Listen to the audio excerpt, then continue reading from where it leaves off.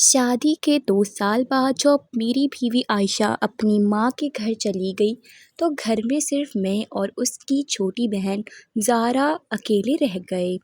زارا university کی طالبہ تھی، بہت شرمیلی، سادہ اور خوبصورت لڑکی تھی جو مجھے بھائی جان کہہ کر بہت مانتی تھی۔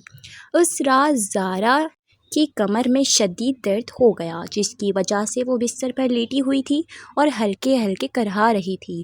اس نے شرماتے ہوئے مجھ سے کہا، بھائی جان پلیز تھوڑا گرم تیل لگا دیں، بہت تکلیف ہو رہی ہے۔ میں نے سوچا کہ یہ میری ذمہ داری ہے کیونکہ میں گھر کا بڑا ہوں اور زارا میری سالی ہے جو مجھے بھائی جیسی محبت دیتی ہے۔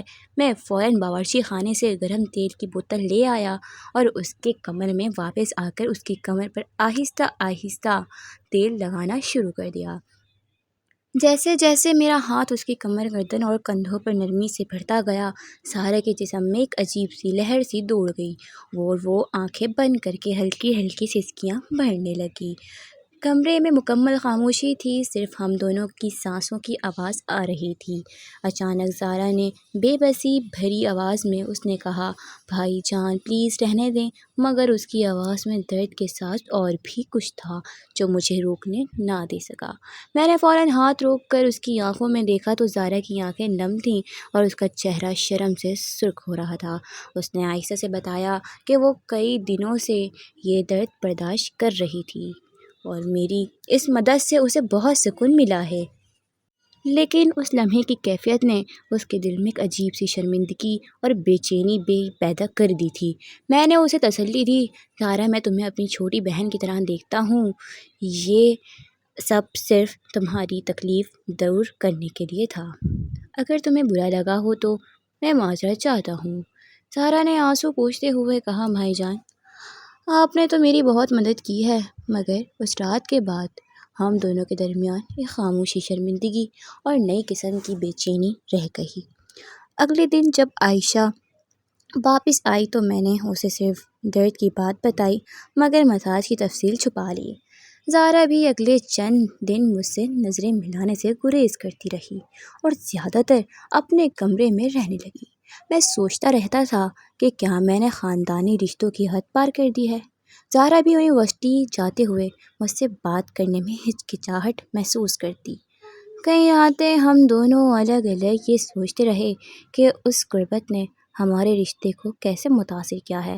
آخر کار ایک دن زارا نے مجھ سے بات کی اور کہا، بھائی جان وہ رات صرف درد کی وجہ سے تھی اور آپ نے جو کیا وہ صرف ایک بھائی کی ذمہ داری تھی۔ میں نے بھی اسے یقین دلایا کہ ہمارا رشتہ ہمیشہ پاکیزہ اور خاندانی رہے گا۔ اس کے بعد آہستہ آہستہ سب کچھ معمول پر آ گیا، مگر اس واقعے نے ہمیں یہ سکھایا کہ خاندانی رشتوں میں دیکھ بھال کے ساتھ حدود کا خیال رکھنا کتنا ضروری ہے۔ زارا کی پڑھائی جاری رہی اور وہ آہستہ آہستہ پہلے جیسی شرمیلی لڑکی بن گئی۔ ہم سب مل کر خاندانی تقریبات مناتے رہے۔ عائشہ کو کبھی شک نہیں ہوا کیونکہ ہم نے اسے ہمیشہ بھائی بہن کا ہی رشتہ بنایا۔ لیکن اندر ہی اندر وہ رات ہم دونوں کے دل میں ایک سبق بن کر رہ گئی کہ رشتوں کی قدر کرتے ہوئے ان کی حدود کا احترام کرنا چاہیے۔ وقت گزرتا گیا، زارا نے اپنی ڈگری مکمل کی اور اسے ایک اچھی نوکری مل گئی۔ وہ اب بھی کبھی کبھار مجھ سے بات کرتی ہے اور مسکرا کر کہتی ہے، بھائی جان آپ نے اس رات میری بہت مدد کی تھی۔ میں بھی مسکرا کر جواب دیتا ہوں کہ یہ تو میرا فرض تھا۔ اس کہانی نے ہمیں یہ سکھایا کہ زندگی میں چھوٹی چھوٹی غلط فہمیاں بھی رشتوں کو مضبوط بنا سکتی ہیں اگر ہم انہیں مثبت انداز میں دیکھیں۔ آج جب ہم سب خاندان والے اکٹھے بیٹھتے ہیں تو ان پرانی یادوں پر ہنستے ہیں اور زارا شرماتے ہوئے کہتی ہے کہ وہ درد اب بالکل ٹھیک ہے۔